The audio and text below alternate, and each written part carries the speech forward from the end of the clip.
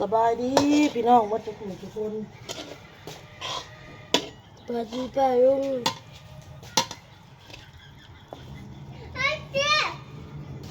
น้องมันบนเต้าเฮียนนะพี่น้องได้อเพิ่น เราไปเอา ไข่บ่สบายนะพี่ เรา น้อง ไปดูกันไหม อ้นสิเฮ็ดอันนี้พี่น้อง ในออโต้ เฮ็ดให้ออโต้กินเด้อพี่น้องเด้อขัวหมูบดนี่แหละพี่น้องใส่น้ำปลาผงนัวหน่อยหนึ่งนะพี่น้องใส่ผงนัวหน่อยหนึ่งบ่ออกจองลูก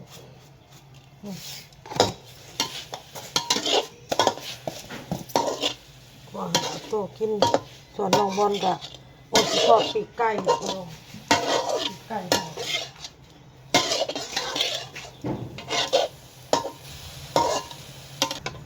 นี่ก็แล้วพี่น้องสุกแล้วบัดนี้อ้นก็ซื้อปีกนี่ฮะซื้อน้ำมันตัวอ้นเด้อพี่น้องเด้อ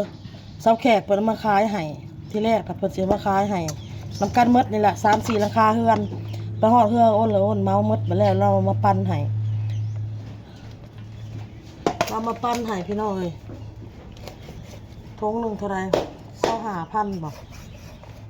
เลยเป็นปั้นไห้แล้วก็เลยซื้อเอาน้ำอ้นต่อพี่น้อง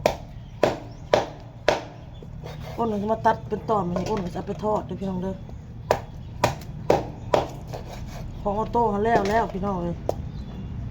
ความหมูบดนั่นแหละคลุกกับข้าวให้กินแล้วก็แล้วน้องบอลก็สิเป็นทอดอันนี้แหละพี่น้องเลยทอดปีกไก่ต้องเห็ดอย่างนี้พี่น้องเวลาทอดมันจะบุคโลกเลยเนาะที่แรกว่าสิปิ้งเอาบุปิ้งจะทอดเอาจึงไวพี่น้องเลย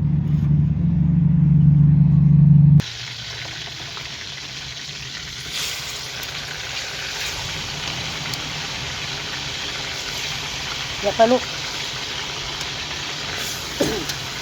ทอดได้บัดนพี่น้องเลยตอนทอดแล้วมันถือว่าทุกข์ใส่ร้ายแล้ว เรือร้ายเตะผมเหมือนเลยไม่ใช่ กินข้าวแล้วก็กินยาแบบนี้ เมื่อที่ทำอันก็ได้ แล้วก็ลดลูกตาเนี่ยเอาโต้กินข้าวแล้วพี่น้องเอาโต้กินข้าวก่อนเบิ่งพี่น้องเบิ่งเอาโต้กินข้าวเด้อพี่น้องเด้ออ้นก็สิไปปอกมะฮุงก่อนอ้นสิไปปอกมะฮุงสิตำมะฮุงกินกับทอดปีกไก่เด้อพี่น้องเด้อข้าวบอนกะเผาหม้อค้างให้พี่น้องเผาหม้อทอดไก่ให้น้องบอลกับพี่น้องเผาหม้อทอดไก่ให้แม่สบายดีนะลูก สบายดีป้าลุง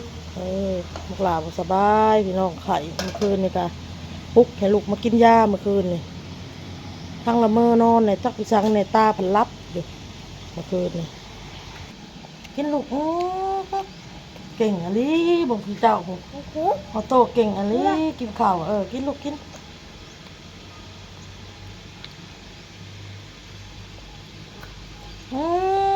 เก่งด้วยน้ำน้ำค่ะ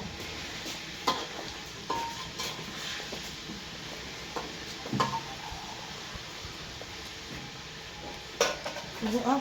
น้ำลูกเด้อน้ำหมักหลาเด้อเด้อ ตัวก็ตัว นี่กระดาษทิชชู่เด้อเด้อนี่เด้อนี่กระดาษทิชชู่หมักหลาเด้อดิเด้อนี่กระดาษทิชชู่หมักหลาเสร็จลูกเสร็จเองเสร็จเองเสร็จเองลูกเด้อ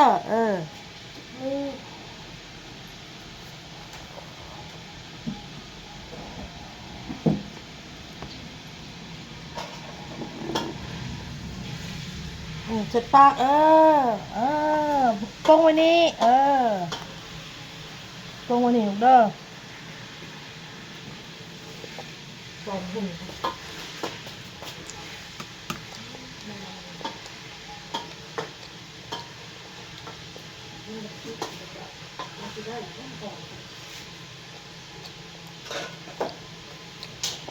ปุ๊บอันนี้ดิเดี๋ยวไปปุ๊บเลยได้เลยได้ดี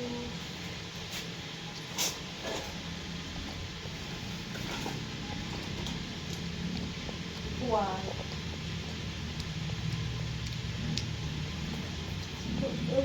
ตามบ้าน พอ เหลืองเลยมันเหลืองแล้วมันลุกขึ้นมาดู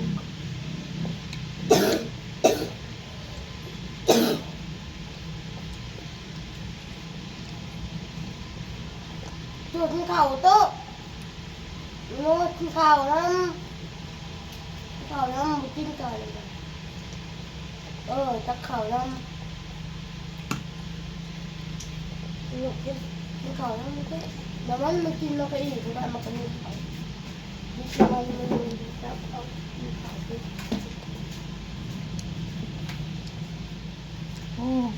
ใส่บวงนี่ลูกนี่ใส่บวงเบิ่งเอาเด้อพี่น้องเด้อมือค่ะมึงจะเอามือจับลูก เรื่องของผู้ชมมึงวันหรือมึงเลย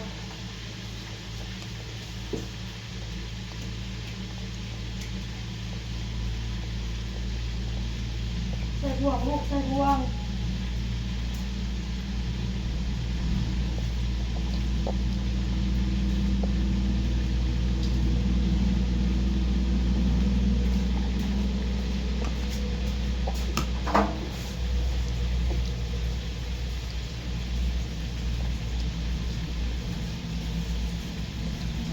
ทำไมเราเขาไม่รู้น้องผมในจานนี่จะจานอะไรมาจานจานไหนจานไหน ใส่บวงลูกใส่บวงนี่บวงนี่นี่บวงนี่ตักกินนี่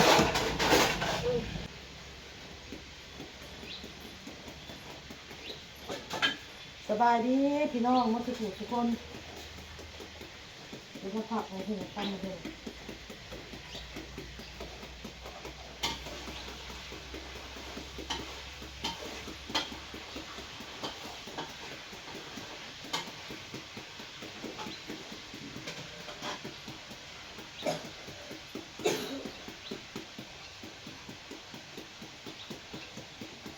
คือเก่านะ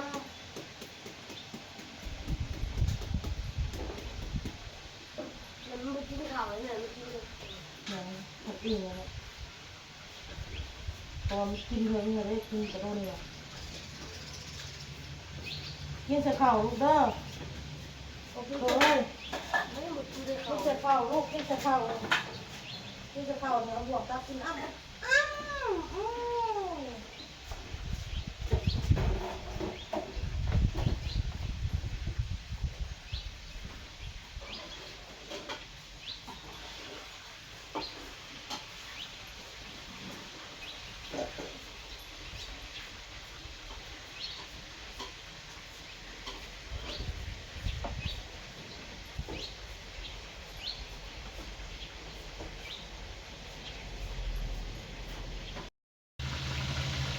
นี่นะลูก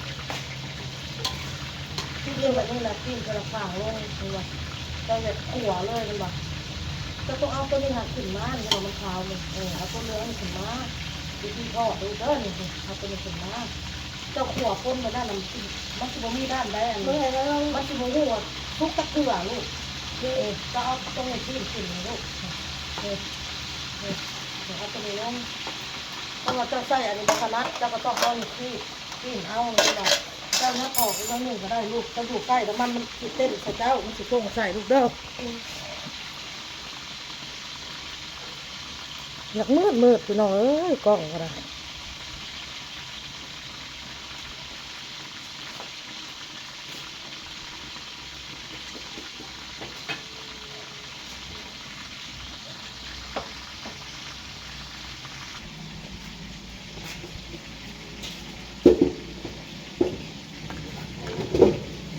กินลูกตับมาเถอะตับมาเถอะน้อง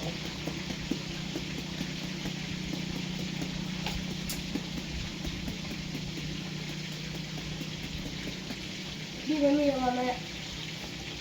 อ้าว ไม่มีอะ แล้ว ไร ข้าวผิดก็ได้หากะผิดกินเนี่ยแล้วข้าวผิดลูกเอ้ย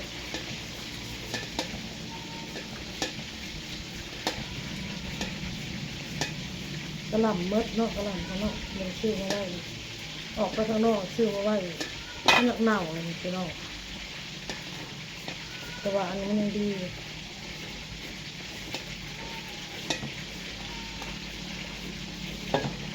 เหมือนเนี่ย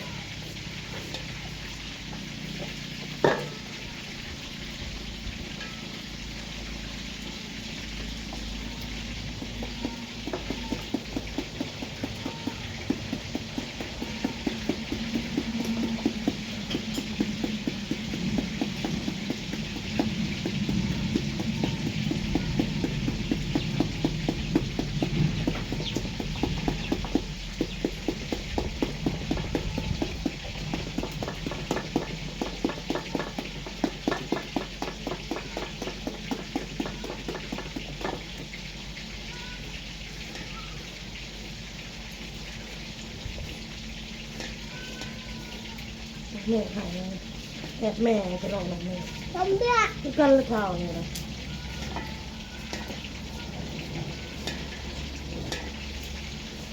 บัดไทยแล้วก็บัดพังไทย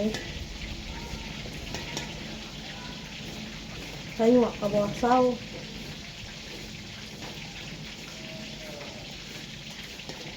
ใช้จับกับบ่ได้หอมกับบ่ได้ดมกับบ่ได้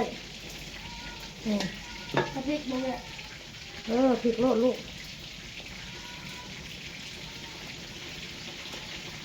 ผักที่บริตำเมื่อตกน้องตำเอาพอไปกินกับลูกเลยยาย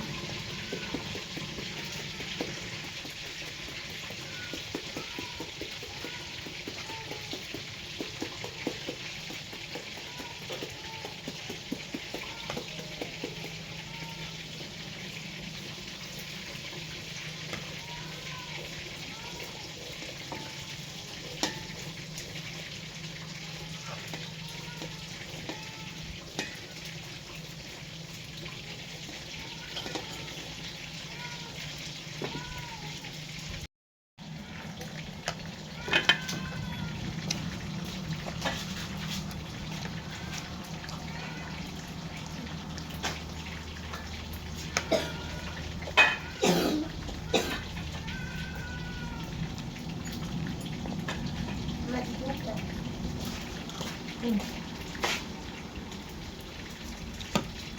อยู่ที่ตัวมันทุกข์เลย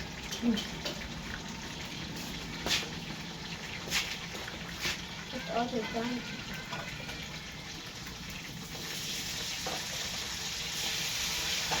เย้เย้ตัวทุกข์เลย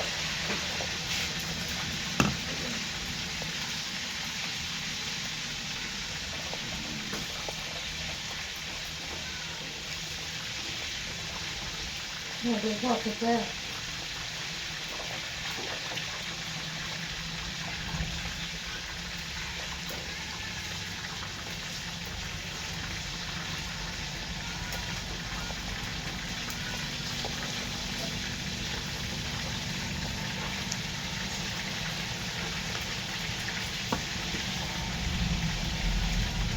Đi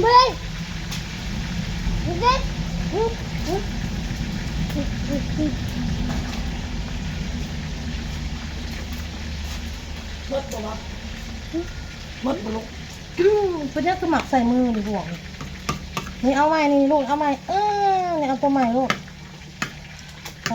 เข่าบ่ค่อยหลายกินลูกกินแซ่บลีเก่งลีนี่ค่ะใส่บ่วงนี่ทำนี่ใส่มือบ่วงนี่บ่วงโตนี่สุกแล้วพี่น้องทอดปีกไก่มันอ้นก็สิไปตำมะฮุ่งเลยพี่น้องเด้ออ้นก็สิมาตำหมักฮุ่งพี่น้องใส่กระเทียมหมักเผ็ดน้ำตาลเป็นนัวเด้อพี่น้องเด้อในที่สุดกันแล้วพี่น้องตำมะฮุ่งพี่น้องทอดปีกไก่เด้อพี่น้องเด้อมามีแกงหน่อไม้นำเด้อพี่น้องเด้อแกงหน่อไม้ที่อ้นเก็บเข่าตู้ไว้มาอุ่นกินอีกเอาคลิปนี้ก็ลาไปก่อนพอกับคลิปหน้าพี่น้องคลิปกินอีกเด้อพี่น้องเด้อ